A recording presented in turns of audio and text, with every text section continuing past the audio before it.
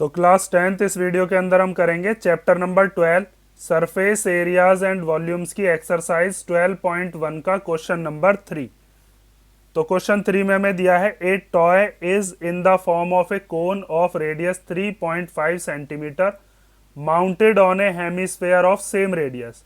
एक खिलौना है और उस खिलौने को कैसे बनाया गया है, एक कोन है, उस कोन की रेडियस कितनी है 3.5 सेंटीमीटर और उस कोन को रखा हुआ है किस पर, एक हेमिस्फेयर पर। इस तरीके का कोई खिलौना है। तो जैसे मान लीजिए पहले क्या है, एक हेमिस्फेयर है, तो ये क्या बना लिया हमने, एक हेमिस्फेयर। इस हेमिस्फेयर की रेडियस के जितनी ही रेडियस वाला एक कोन है इसके ऊपर रखा हुआ, तो ये क्या हो गया, इसका एक कोन हो गया। ठीक है, इस तरीके का कोई क्या दे रखा है हमें, कोई खिलौना दे रखा है। अब हमें बताया है कि रेडियस कितनी है, तो रेडियस हमें दे रखी है यहां से यहां तक, वो कितनी है 3.5 सेंटीमीटर। ये क्या हो गई, रेडियस हो गई। और इतना ही हमारे पास हेमिस्फेयर का है और उतना ही हमारे पास कोन का है, दोनों की जो रेडियस है वो सेम है। The total height of the toy is 15.5 centimetre. जो पूरा का पूरा खिलौना है, मतलब यहां से लेकर इसके टॉप से और इसके तले तक, ये पूरी की पूरी जो हाइट है वो हमें क्वेश्चन में बताई है कितनी है। ये हमें दे रखी है 15.5।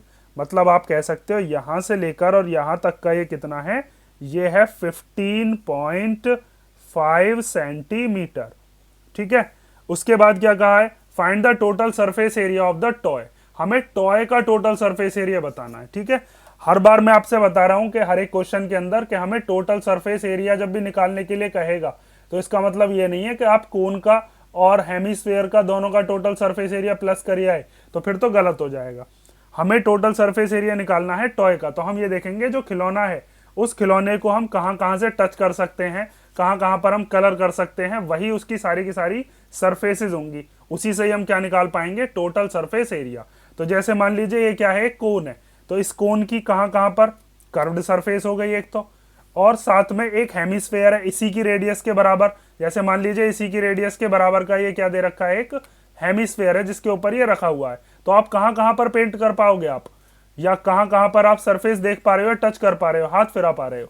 तो ये एक तो हो जाएगी इसकी कर्व्ड सरफेस और एक हो जाएगी इसकी कर्व्ड सरफेस। ठीक है, तो हम क्या काम करेंगे, ये हेमिस्फेयर नहीं है असल में, लेकिन मैं बता रहा हूं आपको, बस इसको नेग्लेक्ट कर देना, इग्नोर मारना इसको।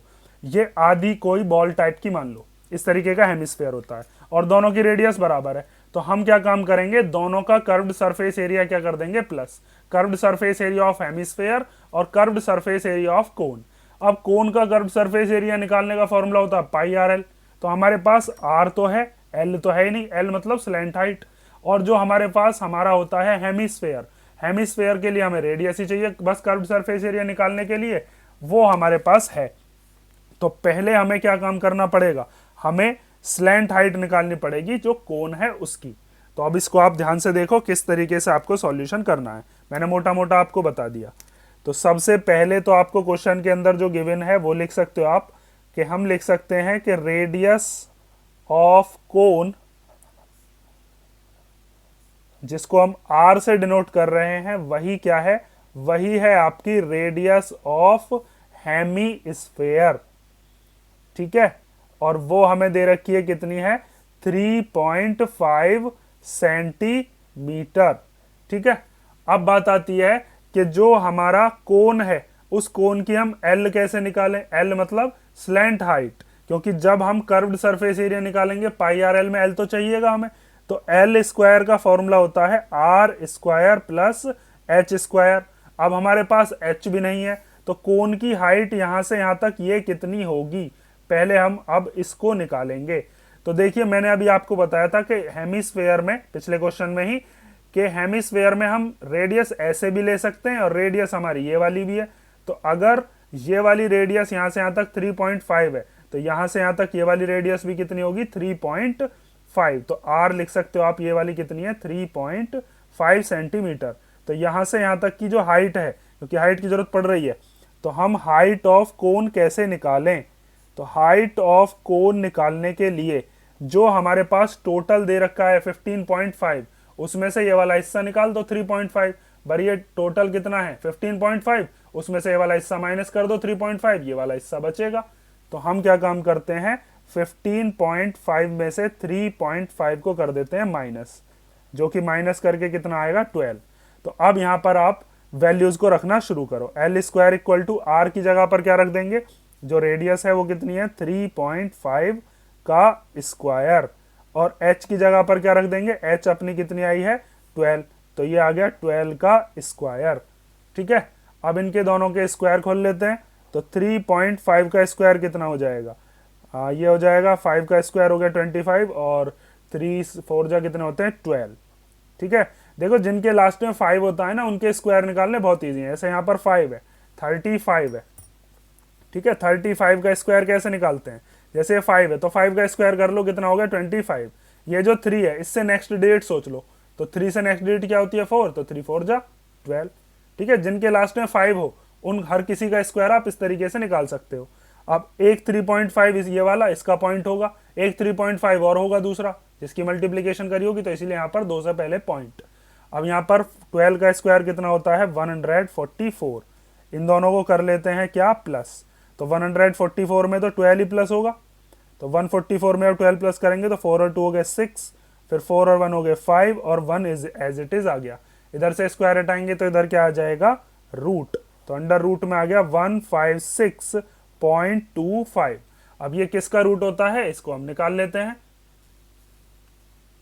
तो आप चाहो तो इसे निकाल सकते हो लॉन्ग डिवीजन मेथड से, और चाहो तो प्राइम फैक्टराइजेशन से। मैं प्राइम फैक्टराइजेशन से बता देता हूं क्योंकि वो बच्चों को ज्यादा इजी लगता है।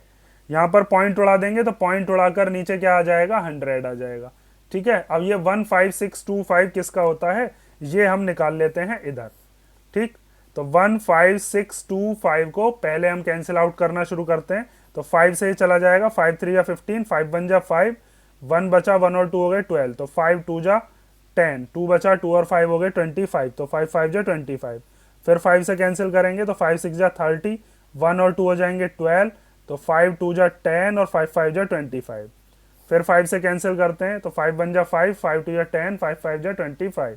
फिर 5 से कैंसिल करेंगे तो 25 बार, फिर 5 से कैंसिल करेंगे तो 5 बार, और फिर 5 से जाएगा ये 1 बार।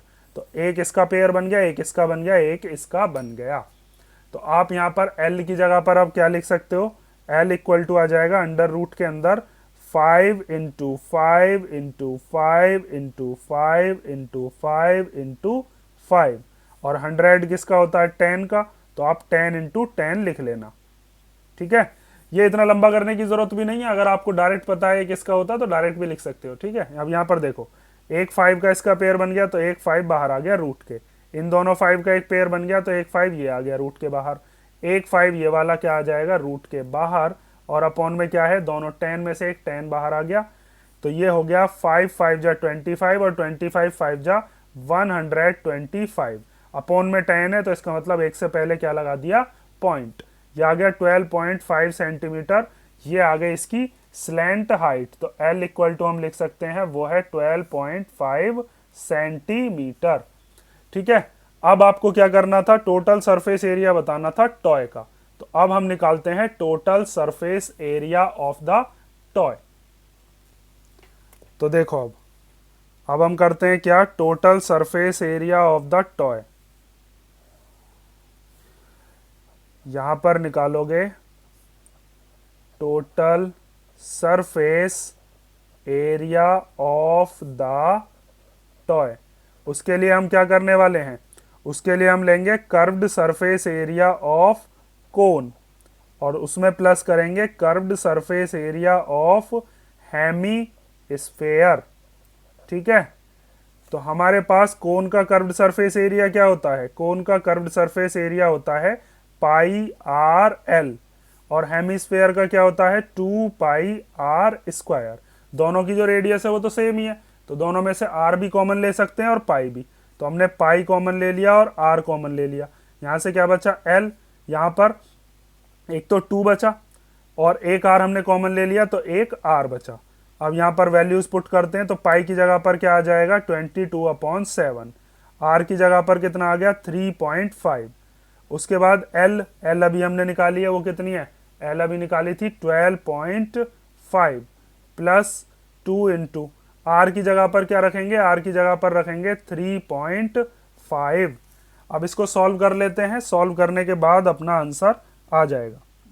ठीक है, अब आगे देखो, तो यहाँ पर 7 से इसको कैंसिल कर लेते हैं, 7 5 जा कितने होते हैं 35, तो ये 0.5 बार चला जाएगा। अब इनकी मल्टीप्लाई कर लो, 22 5 जा होते हैं 110, और एक से पहले पॉइंट है तो ये आ गया 11.0 या 11 लिख लो। उसके बाद यहाँ इनके बीच में क्या है, यहाँ पर मल्टीप्लाई, तो 12.5 प्लस 2 की मल्टीप्लाई जब 3.5 में करोगे तो आएगा 7.0 या 7 कह लो। अब आगे देखो, उसके बाद अब ये है यहाँ पर 11 इंटू 12.5 में जब 7.0 को प्लस करोगे तो आएगा 5, और 12 और 7 कितने हो गए 19।